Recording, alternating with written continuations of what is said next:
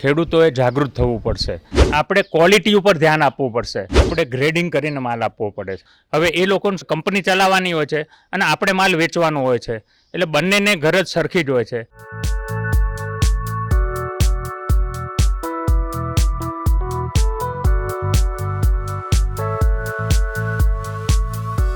નમસ્કાર ખેડૂત મિત્રો, ફાર્મિંગ ફિલ્ડ્સમાં આપનું સ્વાગત છે.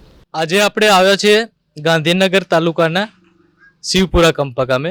આપણી સાથે છે શાંતિભાઈ પટેલ અને એ સારા એવા ખેડૂતો છે. આપણે જે કહે ને કે સ્માર્ટ ખેડૂત અને જાણકાર ખેડૂત તો છે, પણ સાથે સાથે કોન્ટ્રાક્ટ ફાર્મિંગના ફિલ્ડમાં પણ 2011થી કામ કરે છે. આપણે આજે એટલા માટે મળવા આવે છે કે હમણાં જે કેન્દ્ર સરકાર દ્વારા જે 3 બિલ પસાર કરવામાં આવ્યો છે તેને લઈને ઘણો વિરોધ અને વિવાદમાં પણ છે અને ઘણા લોકો એનું સમર્થન કરે છે તો ઘણા લોકો વિરોધ બી કરે છે. તો હકીકતમાં કોન્ટ્રાક્ટ ફાર્મિંગ છે એ ખેડૂતો માટે નવી વસ્તુ છે, પણ શાંતિભાઈ પટેલ છે તેમના માટે નવું નથી, કારણ કે 2011થી કોન્ટ્રાક્ટ ફાર્મિંગ સાથે સંકળાયેલા છે. તો આજે આપણે એમને પાસેથી જાણવાનો પ્રયત્ન કરીશું કે આ બિલ હકીકતમાં શું છે, ખેડૂતો જેનાથી ડરે છે તો ડરવાની જરૂર છે કે ફાયદાવાળું છે, આ કોન્ટ્રાક્ટ ફાર્મિંગ વસ્તુ છે શું? મોટી મોટી કંપનીઓ છે એમને માલની જરૂર પડે છે. માની લો કે બટાકા છે તો વેફર માટે અને ચિપ્સ માટે મોટી કંપનીઓને બટાકાની જરૂરિયાત રહે છે. તો એ લોકો શું કરે છે કે ખેડૂતો જોડેથી બટાકા ખરીદવા માટે આવે છે, ત્યારે એ લોકો કોન્ટ્રાક્ટ કરતા હોય છે કે કોન્ટ્રાક્ટ કરે એટલે એમને શું છે કે એમને બટાકાનો જથ્થો મળી રહે. 2-3 વસ્તુનું એ લોકો ધ્યાન રાખતા હોય છે. એક તો એમને અનુકૂળ હોય એવું બિયારણ આપણને આપતા હોય છે, એટલે આપણને એનું પ્રોડક્શન વધારે મળે, ક્વોલિટી સારી મળે, એટલે કંપનીઓ આપણને બિયારણ આપે અને બિયારણમાંથી આપણે જે કોમર્શિયલ ઉત્પાદન કરીએ છીએ એ માલ એ કંપનીઓ પાછો લઈ જાય છે અને એનો ભાવ જે છે એ નક્કી કરે છે કે ભાઈ અમે આ ભાવે તમારો માલ જે છે પકવશો એ અમે પાછો ખરીદીશું. હવે એ લોકોને કંપની ચલાવવાની હોય છે અને આપણે માલ વેચવાનો હોય છે, એટલે બંનેને ગરજ સરખી જ હોય છે. એટલે કંપનીઓ આપણી જોડે નક્કી કરે, નેગોશિએશન કરે કે ભાઈ અમે આ ભાવે ખરીદવાના છીએ.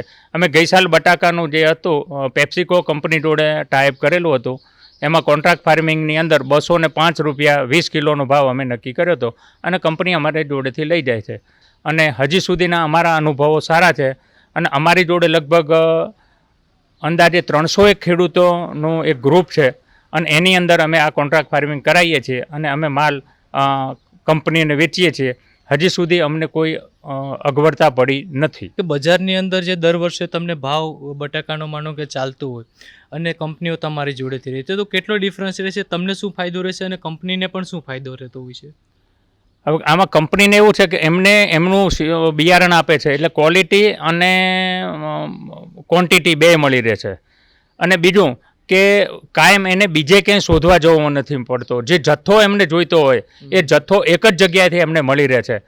અને ખેડૂતોને આપણે વસ્તુ એવી છે કે માની લો કે મારી જોડે ટૂંકી જમીન છે, હું 12 એકરનો જ ખેડૂત છું, હવે મારે એટલો માલ વેચવા જવો તો ક્યાં વેચવા જવું? એટલે અમે જે પ્રોસેસ વેરાયટી એટલે વાવીએ છીએ કે અમારા ગ્રુપમાં જેટલા ખેડૂતો થયા તો હવે કંપનીને 1000 ટન માલ જોઈતો હોય છે. હવે મારું એકલાનું તો પ્રોડક્શન છે નહીં, એટલે અમે ગ્રુપ બનાવ્યું છે અને ગ્રુપની અંદર અમે એ માલ વેચીએ છીએ. તો કંપની અમારી જોડે આવે છે અને અમે ભાવતાલ બધા ખેડૂતોને જોડે બેસી અને નક્કી કરીએ છીએ કે ભાઈ આ ભાવે આ સાલે આ ભાવનું વેચાણ કરવાનું છે. એટલે જનરલી બજાર ભાવ કરતાં કંપનીઓ ભાવ સારા આપતી હોય છે એવો તમારો અનુભવ કહી શકાય? હા, પ્રોસેસ વેરાયટીમાં તો કંપનીનો ભાવ છે એ વધારે જ હોય છે. ક્યારેક એકાદ વર્ષમાં ક્યાંય શાકભાજીનું બટાકું આગળ ગયું તો ભલે. અત્યાર સુધીના અમારા પહેલાંમાં એવું છે અનુભવમાં કે પ્રોસેસ વેરાયટીનું બટાકું જ ભાવમાં આગળ ચાલે છે. હવે આ પ્રોસેસ વેરાયટી એ શું છે? કેમ કે ખેડૂતોને હજુ એ શબ્દ બી થોડો નવો લાગે છે, તો એ વસ્તુ થોડી સમજાવો. પ્રોસેસ વેરાયટી એટલે શાકભાજીમાં જે બટાકા વવાય એને ટેબલ વેરાયટી કરે છે અને શાકભાજીમાં વવાય છે. આ વેરાયટી ખાવામાં કામ આવે છે. જે પ્રોસેસ વેરાયટી છે જે કંપનીઓ ખરીદી લઈ જાય છે એને પ્રોસેસ વેરાયટી કહેવામાં આવે છે. અને એ કંપનીઓ જે લઈ જાય છે એની અંદર એવું છે કે માની લો પેપ્સિકો કંપની છે તો એમને પોતાનું સીડ પોતે બનાવ્યું છે અને એમને પેટર્ન કરાવેલો છે એમનો પેલો બિયારણ માટેનો. તો એ પેટર્ન છે એટલે એ FC3 અને FC5 વેરાયટી વાવાય છે. હવે એમાં નવી બીજી 2 વેરાયટીઓ ઉમેરે છે. પછી મેકેન્સ છે, પછી બાલાજીવાળા છે. હવે પછી જે લાલ બટાકું આપણે કહીએ છીએ LR, એ લોકો કોન્ટ્રાક્ટ ફાર્મિંગ કરતા હોય છે. હવે ક્વોલિટીની બાબતમાં ખેડૂતોને બીજો સવાલ એ છે કે આપણે કોઈ પણ કંપની સાથે માનો કે કોન્ટ્રાક્ટ કરીએ પણ જે પાક તૈયાર થાય એમાં ક્વોલિટીની બાબતે એ લોકો રિજેક્ટ કરે કે ભાઈ તમારો માલ અમે કીધું તે પ્રમાણે સારો નથી, કેમ કે એ બી કુદરત ઉપર અમુક વસ્તુ ખેડૂતો માટે પણ આધારિત હોય. ખેડૂતો પૂરતી મહેનત કરે છતાં પણ બધું પોતાના હાથમાં નથી રહેતું. તો માનો કે આવા કિસ્સાની અંદર કંપની શું એક્સપેક્ટ કરતી, એટલે કંપની શું ઈચ્છા રાખતી હોય એ લોકોને પછી કોઈ ઇસ્યુ થતો હોય ખેડૂતોને કે ભાઈ માલ ના ખરીદે ને પછી બહાર વેચવો પડે કે આવો કોઈ ઇસ્યુ, એટલે કે ખેડૂતો માનો કે કંપની સાથે કોન્ટ્રાક્ટ કરે તો આવી કઈ કઈ બાબતોને પહેલાંથી ધ્યાનમાં રાખવી જોઈએ? એ લોકો કોન્ટ્રાક્ટ નક્કી કરતા જ આપણી જોડે થોડી ટર્મ્સ અને કન્ડિશન નક્કી કરતા હોય છે. એમાં એવું છે કે આપણે ગ્રેડિંગ કરીને માલ આપવો પડે છે. ગ્રેડિંગ એટલે 1 થી 30 mm બટાકું હોય એ લોકો લેતા નથી, બરાબર, અને 30 mm થી 45 mm એને ગુલ્લા આપણે કહીએ છીએ. એમાં અમે લોકો શું કરીએ છીએ, એને આવતી સાલના બિયારણ માટે આપણે મૂકી દઈએ છીએ. અથવા તો બીજી નાની કંપનીઓ જે છે, વેફરની નાની કંપનીઓ, એ ગુલ્લા એમાંથી ચિપ્સ બનાવવા માટે આપણે કહીએ ને ઉપવાસમાં કામ આવે, ફરાળી માટે, એના માટે એ લોકો લઈ જતા હોય છે. બાકી 45 mm ઉપરનું જે બટાકું છે, 85 mm સુધીનું, એ મોટી કંપનીઓ જે પ્રોસેસમાં છે એ લોકો ખરીદી જાય છે. સર, ખાસ કરીને એ પૂછવું છે કે હવે જે કેન્દ્ર સરકાર જે બિલ પસાર કર્યા છે તો ખેડૂતોને લઈને એના બી ચિંતા છે. માનો કે APMC ને આપણા લોકલ માર્કેટ છે એ અમુક સમય છતાં નીકળી જશે તો પછી કંપનીઓ એનો કંઈક લાભ ઉઠાવશે ને, તો ઓવરઓલ તમે આ બધી જે અત્યારે કન્ડિશન છે એ કઈ રીતના જુઓ છો?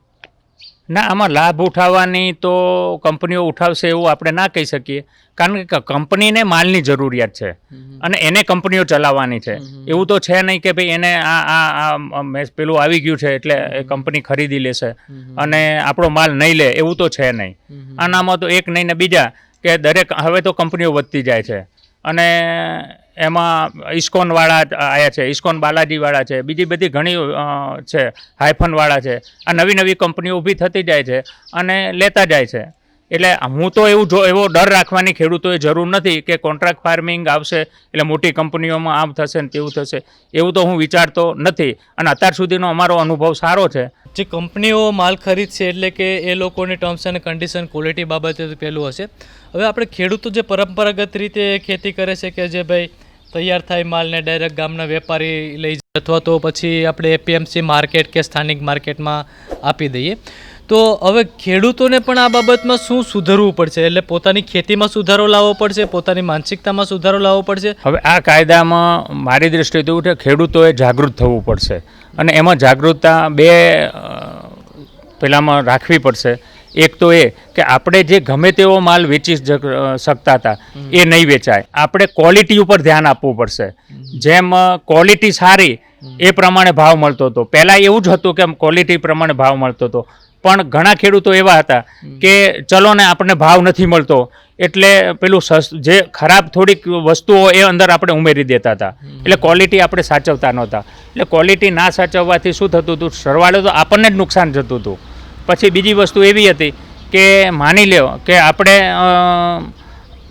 જે વસ્તુ છે વધારે ભાવ મળીએ તો આપણે એમ વિચારતા હતા કે ચલો ને ભાઈ આ મોંઘા ભાવનું છે આને નાખી ના દેવા, એમ કરીને આપણે એમાં ઉમેરી દેતા હતા.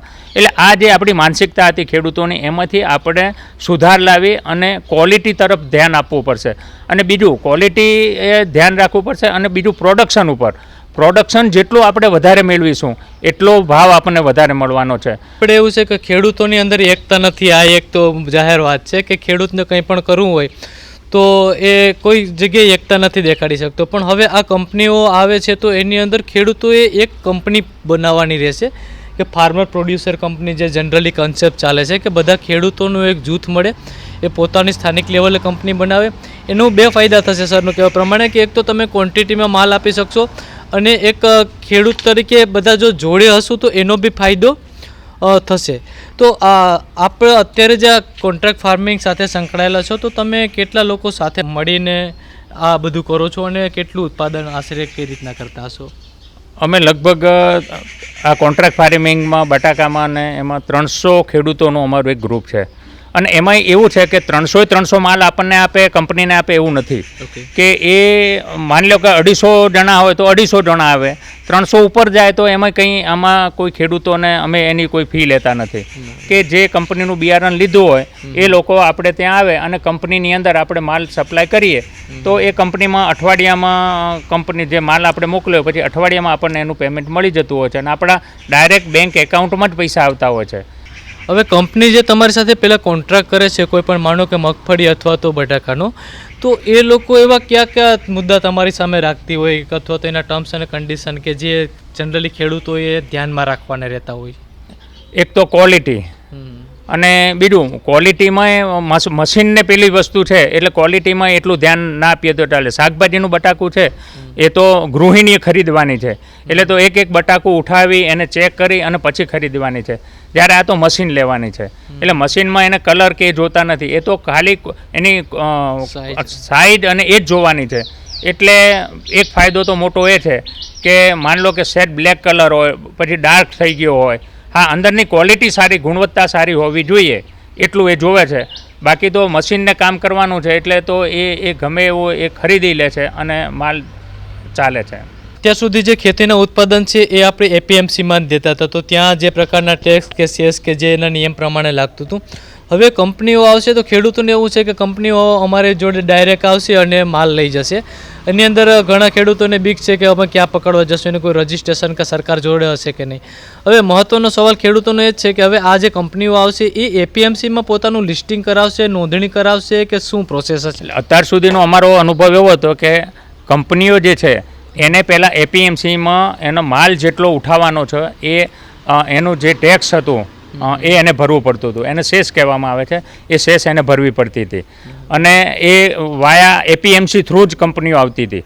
પણ હવે છે ને ઘણા ખેડૂતોને ખબર નથી કે કંપનીએ સેસ ભરી છે કે નથી ભરી એમ, એટલે એમાં આપણે તો બીવાની જરૂર નથી મારી દૃષ્ટિએ તો.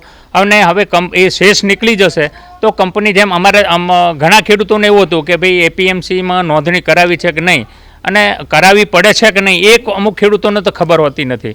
એટલે આમાં આપણે એવી ડરવાની જરૂર નથી અને કંપની એપીએમસીમાં નહીં નોંધણી કરાવે અને ડાયરેક્ટ માલ ખરીદી કરશે તો એમાં ખેડૂતોને કંઈ ગભરાવાની જરૂર નથી અને કંપનીને એક ફાયદો એ થશે કે માલ ગમે તે ખેડૂતનો ગમે ત્યાંથી ખરીદી શકશે.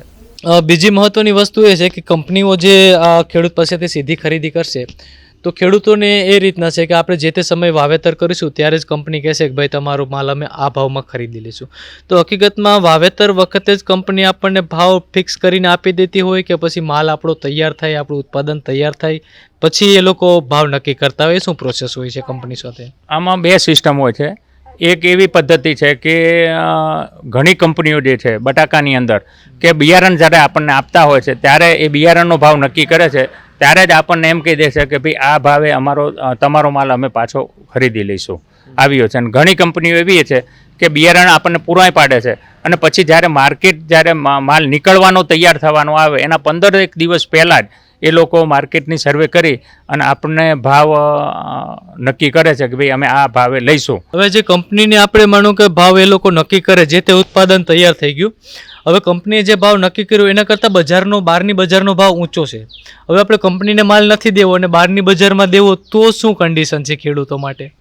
એટલા માટે જ કંપની જે નક્કી કરતી હોય છે ટર્મ્સ અને કન્ડિશનમાં એમાં એવું નક્કી કરતી હોય કે ભાઈ તમારે આટલા ક્વોન્ટિટી માલ અમને આપવો પડશે અને એનો આ ભાવ બરાબર આ રીતે નક્કી થયેલું હોય. પણ ઘણીવાર શું હોય કે બજાર ભાવ જો ઊંચો હોય તો જે કોન્ટ્રાક્ટ કર્યો એના કરતાં બજાર ભાવ ઊંચો હોય તો શું કરે છે કે ભાઈ કંપની ઓછો માલ ખેડૂતો ઓછો ભાવ કંપનીને આપે છે અને બાકીનો માલ એ બજારમાં વેચી દેતા હોય છે. ત્યારે બીજી પદ્ધતિ એવી છે કે માની લો કે કંપનીનો ભાવ ઊંચો છે અને માર્કેટ નીચું છે તો શું થાય છે કે બીજાનો માલ લાવી અને કંપનીની અંદર આપણે આપી દેતા હોઈએ છીએ. આવું બનતું હોય છે ઘણીવાર, પણ હજી સુધી અમારા અનુભવમાં અમે જે કોન્ટ્રાક્ટ ફાર્મિંગમાં છીએ ત્યારે અમારે આવું બન્યું નથી. હવે આપણે સર બીજી એક વાત કરીએ કે પેટર્નની, માનો કે તમે જે કંપની સાથે કામ કરો છો એ પોતાનું બિયારણ આપે છે, હવે એનું જે ઉત્પાદન છે એ તો તમે એનું જરૂરિયાત પ્રમાણે આપી દીધું ને તમારે પણ વધારાનું ઉત્પાદન પડ્યું.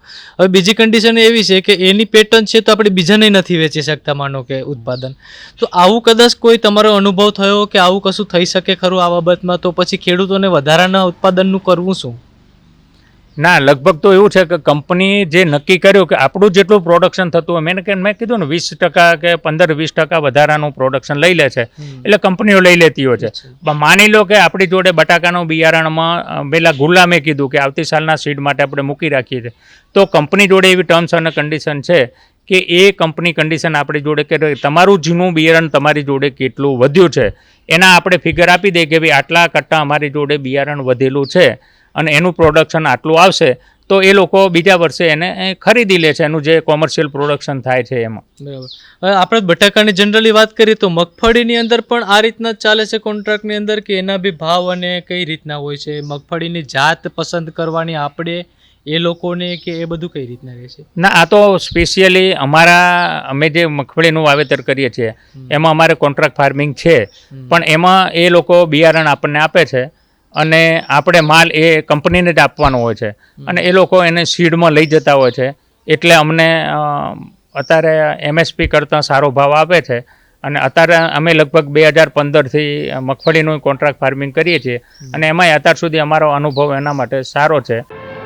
મિત્રો, આપણે કોન્ટ્રાક્ટ ફાર્મિંગ અંગે જે કાંતિભાઈના વિચારો જાણ્યા, ખેડૂત તરીકે પોતાનો અનુભવ કીધા, પરંતુ બે મહત્ત્વની વસ્તુ છે કે જેના લઈને અત્યારે વિરોધ ચાલે છે, તો MSP એટલે કે મિનિમમ સપોર્ટ પ્રાઇસ, આપણે જેને ગુજરાતીમાં ટેકાના ભાવ કહીએ છીએ, કે સરકાર આ બિલની અંદર ભાવ એક MSP એટલે કે ટેકાના ભાવ નક્કી કરે કે જેનાથી નીચે કોઈ વેપારી ખરીદી ના શકે, કારણ કે તો જ ખેડૂતોનો હિત જળવાઈ રહેશે. બાકી તો એવી થવાની શક્યતા પૂરી છે કે અમુક વર્ષો પછી કે જ્યારે APMCના આપણા માર્કેટોનું અસ્તિત્વ જોખમમાં હોય અને એની જે વ્યવસ્થા ભાંગી પડે, પછી કંપનીઓને મોકળું મેદાન મળી જાય અને પોતાને જે ભાવ હોય તે આખું જે સર્કલ બનાવી કંપનીઓવાળા અને નીચા ભાવ પાસેથી ખેડૂતો પાસેથી ખરીદી કરવા આવે તો ખેડૂતોને મજબૂરીમાં વેચવું પડે. એટલા માટે મહત્ત્વની વસ્તુ એ છે કે MSP એટલે કે મિનિમમ સપોર્ટ પ્રાઇસ, ટેકાના ભાવ સરકારે નક્કી કરી દેવા જોઈએ. અને બીજી વસ્તુ જેને લઈને મહત્ત્વનો વિરોધ છે એ છે સંગ્રહખોરીનો,